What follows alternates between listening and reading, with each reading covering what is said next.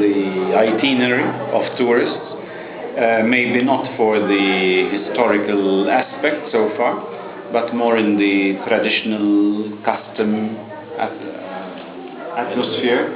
So people do come here already. I don't know exactly what you intend to develop, whether it's the site itself at Pastilch, which you intend to develop and open to the public, but I think that will take time to do. Or else organize maybe an exhibition about the Phoenician routes, and people can visit it somewhere here when they are in Marsaxlokk.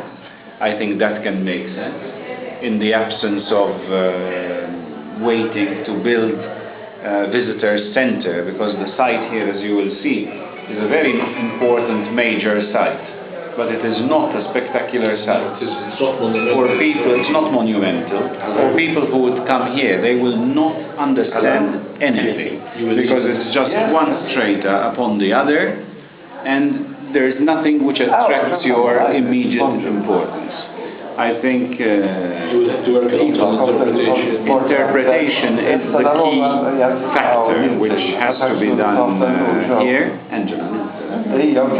Interpretation is extremely important, and maybe that is something which can eventually be done with Heritage Malta and the local council over here. In that case, of course, we will push this as much as possible with our local stakeholders, because Marsaxlokk is already on an itinerary. It is not a place where people do not go.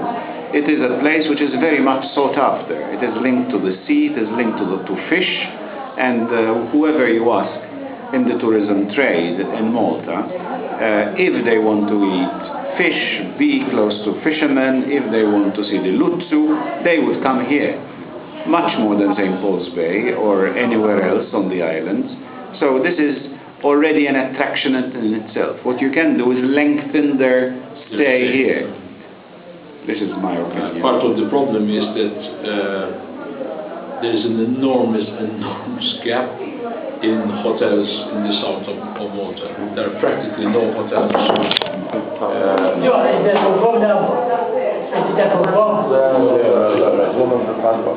There is, it's only now that an important hotel is being built in Birgu, but the rest of the south, I don't know, there may be some guest house or something, but there's honestly, although this is a reality, it does not make such an impact, in my opinion, because Malta is small enough that wherever you are located, you can travel extremely easily. From Malta's main tourism zone, which is Slima and St. Julian's, it takes half an hour to come here. So it is not a big, enormous trip, I would say. What the council might be interested in, and what the project would be interested in, is to lengthen the stay. As it is, people come here, as I said, for half a day.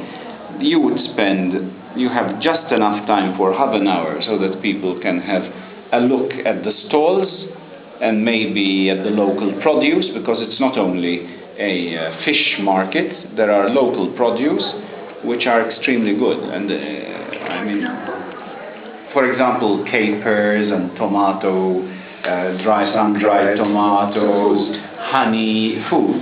Yeah, but the other part of the market is a very run-of-the-mill market, which is clothes and shoes and souvenirs. I mean, this is what I want to emphasize with the local council as well. You have such a resource, and I think it would be a very good idea to sort of distinguish between the fish and the local produce market, and then the other market, because the other market is mainly interesting for Maltese people. But foreigners coming here would not be interested in the other market.